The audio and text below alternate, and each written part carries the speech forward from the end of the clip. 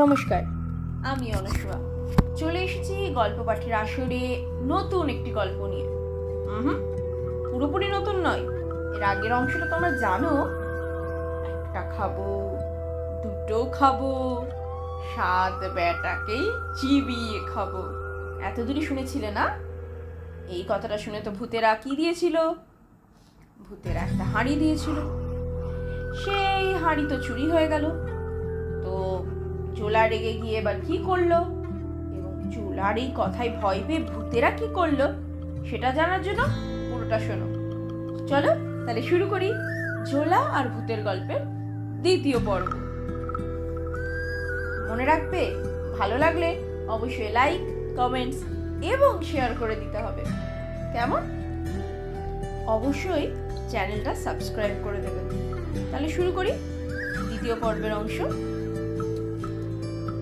তা শুনে আবার ভূতগুলো কাঁপতে কাঁপতে একটা ছাগল নিয়ে এসে তাকে হাত জোর করে বলল, মশাই গো, আপনার পায়ে পড়ি, এই ছাগলটা নিয়ে যান, আমাদের ধরে খাবেন না।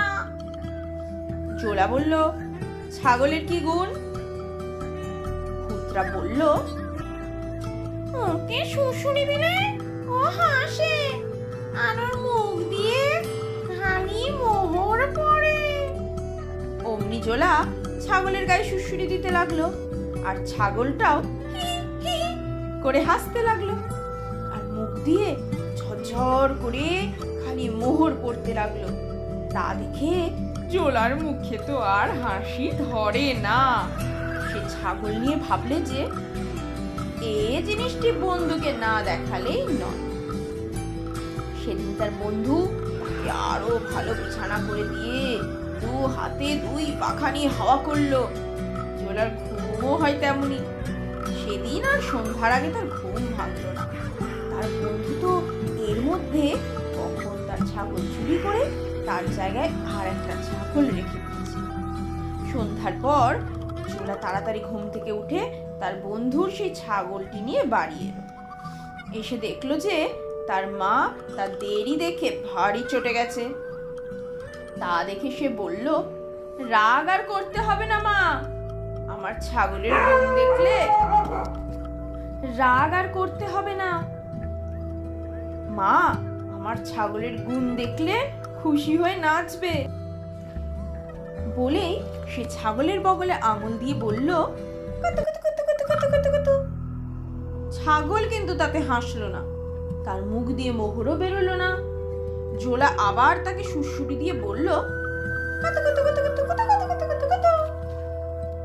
তখন সেই ছাগল রেগে গিয়ে শিং বাগিয়ে তার নাকে এমন ভীষণ গুঁতো মারলো যে সে চিত হয়ে পড়ে চেঁচাতে লাগলো, আর তার নাক দিয়ে রক্তও পড়লো প্রায় 3 পোয়া। তার উপর আবার তার মা তাকে এমনই বকুনি দিল যে তেমন বকুনি সে আর খায়নি। তাতে জোলার রাগ যে হলো সে আর কি বলবো। সে আবার সেই বটগাছ তলায় গিয়ে চেঁচিয়ে বলতে লাগলো, একটা খাবো, দুটো খাবো, সাত বেটাকেই চিবিয়ে খাবো, একটা খাবো, দুটো খাবো, সাত বেটাকেই চিবিয়ে খাবো। বেটারা আমাকে দুবার ফাঁকি দিয়েছিস, ছাগল দিয়ে আমার নাক থেতলা করে দিয়েছিস, আজ আর তোদের ছাড়ছি নে। ভূতেরা তাতে ভারী আশ্চর্য হয়ে বলল, সে কি মশাই, আমরা কি করে আপনাকে ফাঁকি দিলুম? আর ছাগল নিয়েই বা কি করে আপনার নাক থেতলা করলো? ঝোলা তার নাক দেখিয়ে বলল, এই দেখ না, দেখ, গুঁতো মেরে সে আমার কি দশা করেছে, তোদের সব কটাকে চিবিয়ে খাবো। ভূতেরা বলল, সে কখনো আমাদের ছাগল নয়, আপনি কি এখান থেকে সোজাসুজি বাড়ি গিয়েছিলেন? জোলা বলল, না, আগে বন্ধুর ওখানে গিয়েছিলাম, সেখানে খানিক ঘুমিয়ে তারপর বাড়ি গিয়েছিল। ভূতেরা বলল, তবেই তো হয়েছে, আপনি যখন ঘুমোচ্ছিলেন সেই সময় আপনার বন্ধু আপনার ছাগল চুরি করেছে। কথা শুনেই জোলা সব বুঝতে পারলো। সে বলল, ঠিক ঠিক, সে বেটাই আমার হাঁড়িও চুরি করেছে, ছাগলও চুরি করেছে, এখন কি হবে? ভূতেরা তাকে এক গাছি লাঠি দিয়ে বলল, এ লাঠি আপনার হাঁড়িও এনে দেবে, ছাগলও এনে দেবে। ওকে শুধু একটিবার আপনার বন্ধুর কাছে নিয়ে বলবেন, লাঠি লাগতো, তাহলে দেখবেন কি মজা হবে। লাখ লোক ছুটে এলেও এই লাঠির সঙ্গে পারবে না। লাঠি তাদের সকলকে পিঠে ঠিক করে দেবে। জোলা তখন সেই লাঠিটি বগলে করে তার বন্ধুকে গিয়ে বলল, বন্ধু, একটা মজা দেখবে? বলো তো দেখি, সেই লাঠি কিভাবে মজা দেখাবে জোলার বন্ধুকে? জানতে হলে আর একটা দিন তোমাদের অপেক্ষা করতেই হবে।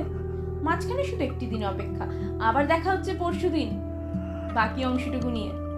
ততদিন ভালো থাকো, সুস্থ থাকো, আমার গল্পের অপেক্ষায় থাকো। ভালো লাগলে সাবস্ক্রাইব করে দিও এবং লাইক, কমেন্ট, শেয়ার করে দিও।